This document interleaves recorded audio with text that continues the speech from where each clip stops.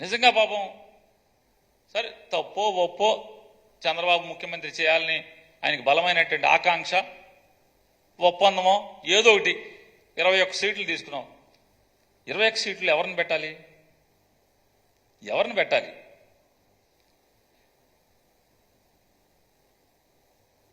ఎంతమంది నికార్సుగా 2014 నుంచి గ్లాసు జెండా మోస్తున్నటువంటి ఎంతమందికి 21 మందిలో టికెట్లు ఇచ్చారు మీరు?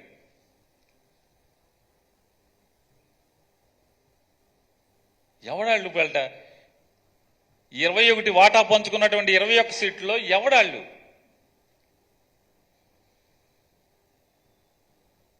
నేనంటే మా వాళ్ళందరికీ కోపం. ఇటు పేరు నాని గారు జగన్ వెనకాల తిరుగుతూ ఉంటాడు, ఊరికే మా వాడిని ఏదో మాట్లాడుతూ ఉంటాడు. ఇది ఎంత మీకు బాధ వేయట్లేదా? నిజంగా ఎవడొకడు ఇప్పుడు 175 సీట్లు జగన్మోహన్ రెడ్డి గారు ఇచ్చాడు. 175 సీట్లలో ఖచ్చితంగా 150 సీట్లు జెండా మోసేవాడికే ఇచ్చాడు కదా.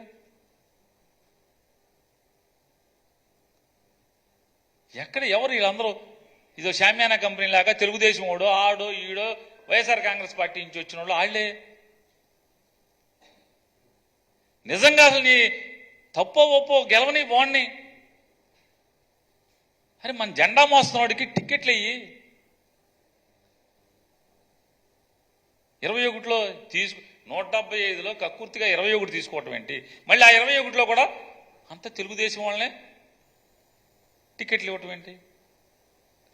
దాని బదులు మన వాళ్ళని ఏదో ఒకటి మామూలుగా ఎరగొట్టేసినట్టుగా పాపం హరిరామ్ జోగి గారు చాలా మంది బాధపడుతున్నట్టుగా ఒక 75 సీట్లు తీసుకుని మొత్తం టీడీపీ వాళ్ళు నుంచో పెడితే సరిపోయేది కదా.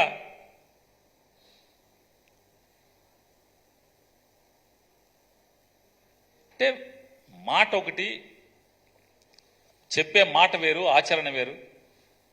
ఇవన్నీ కూడా విలువలు లేనటువంటి రాజకీయాలు. వీళ్ళ పొత్తులు కేవలం అధికారం కోసమే వీళ్ళ జెండాలు కలిసి ప్రయాణం తప్పితే ఒక లక్ష్యం కోసం కాదు.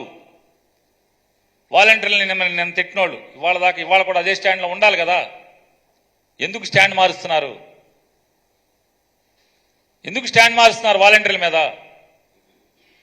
ఎలక్షన్ కమిషన్కి మీరే